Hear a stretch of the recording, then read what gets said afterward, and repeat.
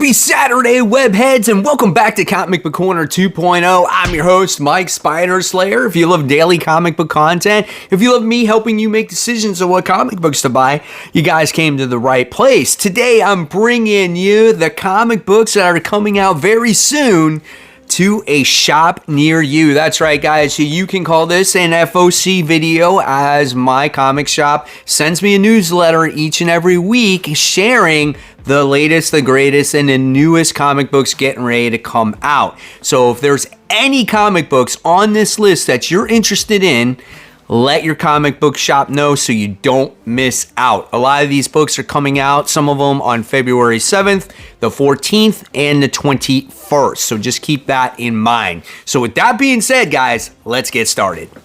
All right, kicking it off with Marvel Comics, guys, and Marvel Comics has the Spectacular Spider-Man. That's right, everybody. Here we go. Miles Morales and Peter Parker are teaming up for an ongoing series written by Greg Weisman. So this could be a lot of fun. If you love both characters, well, what's better than them having their own book together? Now, on the first row here on the right is going to be a foil cover.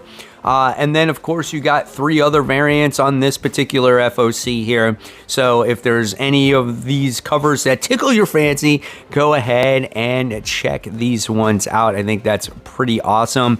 I think these Marvel comics come out on 2/21, and I think DC is on 2/14, if I'm not mistaken, and the Independents might be 2/7. All right, so now moving on to more Spider-Man here, and I know a lot of people love this book. This is Ultimate Spider-Man. This is issue 2. I love this first issue, just all the introduction of all the characters, the supporting cast, you know, the relationships. I really enjoyed that. And now hopefully we'll get to see a little bit of Spider-Man going forward in this comic book, which I'm really excited about. Looks like maybe we'll get to see more of the Green Goblin. And is the cover spoiling who the Green Goblin actually is? If you look at the middle cover here, in the second row, it looks like that is Harry. So, I mean, I could be mistaken. Maybe that's like a red herring or something. But, hey, man, this book is awesome. I can't wait for the second issue. I want to know how you guys felt about the first issue of Ultimate Spider-Man. All right. Then we move on to Alien Black White Blood issue 1. How many Alien books have we had already, guys? Now we have it doing black, white, and red, like Marvel Zombies, black, white, and red, and all those other different, style of books. And looks like we're going to get Colin Kelly and Jackson Lansing on this book. I don't know if I'll be picking this one up. Actually, I highly doubt I'll be picking this up. I can't believe how many different volumes we've had of one of their newest properties. Tell me in the comments below if you guys are interested. However, you cannot deny some of these covers. They always look really cool. All right, next, another 20th Century Fox Marvel comic, and we have Predator Last Hunt. This is issue 1. Hunt, kill, and repeat. So in the near future, you have a young girl that sees her family slaughtered by one of the deadliest predators, and then years later she winds up looking like she's going to get revenge on this particular predator. I feel like we've seen this story before, but nevertheless, if you love the Predator character, this could interest you. There's definitely those variant covers there to choose from. So yeah, I want to know if you guys are picking up, again, Alien or Predator here. All right, so moving forward now, we have Guardians of the Galaxy. This is the annual here. Now, I have not read this current run of Guardians of the Galaxy. Looks like we got this this annual continuing the story of what's been going on with Groot and on the past year. Again, I'm probably not going to be picking this up just because I haven't followed Guardians. I like this this little variant cover they have, you know, celebrating 1997. I guess that was the artwork back then. So I don't know. I think that's kind of cool though. So yeah, there's that one if you guys are interested. All right, next we have Rise of the House of X. Let me say that again. Rise of the House of X Part 2 or issue 2. I am so confused with all the different titles of all these X books at this moment in time. But all I remember is in the last, I don't know if it was the Fall of the X or Rise of X issue 1. All as I know is that Professor Xavier recruited Rasputin 4 because basically all their attempts failed to go back in time to try to kill Moira McTaggart and before her mutant power kicks in. And then all this Krakoan stuff would not happen. I don't know if this continues off of that or the other issue. Who knows? I'm confused by the two.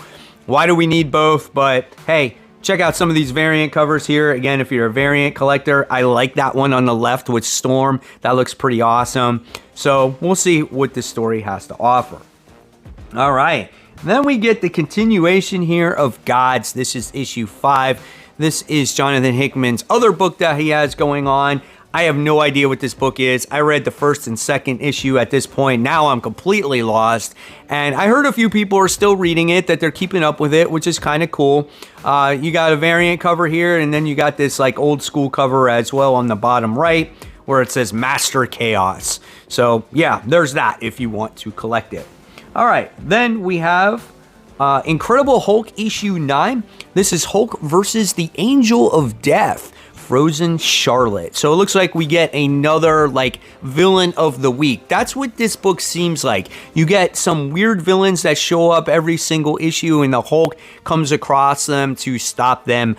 And along their way, you know, until you get to the point where this book is going to get to, where it's, I'm assuming, going to face the like leader of all the monsters and whatnot. We get to learn a little bit more as the series has been going on with this, I think her name is Charlie, and how she wants to be a Hulk. And, you know, Hulk has been given this ultimatum to give up the Hulk monster persona to be normal again, but he doesn't want to do that. So I'm not sure where this book is really going at this point, but it is a fun read. I love the action scenes. I love the transformations. I love the horror aspect. It's just a really fun book. And of course, there are your variants. You got a couple of them there to choose from. All right, next we have Spider-Boy. This is issue 4. Issue 4. We've seen Spider-Boy become a monster, and now it looks like maybe he's becoming more and more of a spider than a boy than ever before. So that's kind of cool. I want to see his character develop and how he controls these, you know, monster urges or whatnot. And then also in this book, we're gonna be getting Miles Morales, and that will be interesting to see how these two actually work together. Also, so we're getting a lot of like team up books these days with the Spider characters. And hey, if those stories are written well, you know, I'm on board for it. You got your variant covers here. You got Spider-Boy on the left and the right, and then who do you got there in the middle? Who is that, man? He's got the guitars. Is that Spider-Punk, but with like no mohawk? I don't know what's happening there. So I feel like I've seen that guy though before in one of like, I don't know, the Edge of Venomverse books or something like that. Who knows? All right, so now continuing forward, we have Spider-Woman issue 4. As the gang war does rage on here, Jessica Drew finds the answers she's been looking for, but her reunion with her son propels her into a new partagam? I don't know what that means. But first, there's a gang war to finish, and Jessica won't be the fighting alone. So this tie-in for me is one of the weaker tie-ins. And again, I've said this before, I don't like when new series launch connected to an event. And that's what happened with the last Spider-Woman series. I'm interested to see where this title goes once Gang War is over. I think Jessica Drew is a great character, and she definitely has potential to have a great series. Now, when it comes to variant covers here, I am all over these because I love Julia Carpenter, Spider-Woman, and I never read her series that she had out. I gotta find those old issues somehow, man. But I love both covers on the left and on the right here. Just, again, reminds me of a simpler day of comics just in general. Okay, so now we move on to Daredevil. This is issue 6. I think at this point, I'm done with this particular series. I just really couldn't get into Ahmed's writing here. And Aaron Kuder's artwork is not bad per se, but it just doesn't compare to Chip Zdarsky's run. I thought that was really good, and then his second volume kind of fell off a little bit, and then this is it's just been lackluster to me, so I'm not going to be picking this up, but of course I'm letting you guys know that this one is coming out in case you're still reading it. Very interesting variant cover on the right side. It almost looks like a little kid's book. All right, now, so switching it on to DC Comics here. So DC Comics has Red Hood, The Hill. This is issue 1. So Red Hood gets a book for the meantime. I don't know if this is a mini-series or not, but it'll be interesting to see what they do with the character here. I felt like they haven't done him very well. And the last time that we saw him was in the Gotham War, where he's basically lost all his, like, I don't know, he's scared. He lost all his courage, and every time he has his adrenaline pumping, it's like, oh my god, I'm scared to do this and scared to do that. But we haven't heard anything from him since that point, and we're gonna get this particular book right here. So I'm curious to see really what this story is about. So if you're a fan of Red Hood, there you guys go. This one is ready to come out. All right, so now we have Sinister Sons. This is issue 1. Again, these books are being released on the 14th of February for DC. And this is interesting. I feel like DC's trying to catch lightning in a bottle twice. Instead of having Super Sons, you got Sinister Sons, and you have Zod's kid, and then you have Sinestro's kid. I never knew Sinestro had a kid, or maybe is this him younger? Like, I don't even know, dude. So this could be a lot of fun. We'll see what happens. It's villains. I like villains, so I don't know, man. I don't have too much to say about it. A couple of cool variants here, so we'll see. All right. So I know a lot of people like this particular Action Comics issue 1061 with Bizarro in it. So here we have 1062, and we'll get to see if Bizarro has his wish of having Earth be the new Bizarro world, right? I love the artwork in the last issue. I thought it was great. Kind of reminded me of like an old 90s comic book style. I really enjoyed what Jason Aaron did here. So looking forward to this next part. All right, so now we have the continuation of Batman. This is Batman issue 143. This is the terrifying tale of the Joker Year 1 continues as a mysterious figure from Batman's past has come into Joker's orbit, changing the clown prince of crime forever. That's interesting. And what secrets does the reformed Red Hood gang have for Batman's future? So if you saw or read Batman, I think issue 141, we see that Bruce was like thrown in jail with Joker, and we're getting this tale of Joker's Year 1, which I think could be very interesting. I don't know how many people are on board with that, learning like more of an origin story or Year 1 of Joker, but I'm curious here. I'm definitely intrigued. Definitely a lot of variant covers when it comes to this one. And you got, which looks like Bruce in a Speedo, I guess. So yeah, there's that one. All right, let's go forward now to Green Lantern. Green Lantern's been a great series. We're on issue 8 here, and we found out what happened on, how do you say his planet? Korgur? I can't say it right. Doesn't come out of the mouth right? And we wind up seeing Sinestro be recruited by, what was it, the United Planets, and it kind of all went south, and we saw what happened to Kilowog, and the last issue was very, man, it kind of tugged at the heartstrings a little bit because Kilowog was fighting for his life, and I thought this was an interesting issue. And also the spectrum is all messed up. We got to see the yellow battery get blown up. So there's a lot of stuff going on in Green Lantern. Can't wait to see how this story develops and to see like where all the other Lanterns gonna fall in place as this goes forward, including Carol Ferris. Great artwork overall. I think Jeremy Adams doing a phenomenal job on this story. All right, so now we're going to move on to the indie gems. And I know this one comes out on February 7th. This is Vampirella 666. So I think this is a good time to jump on Vampirella if you guys are interested in it.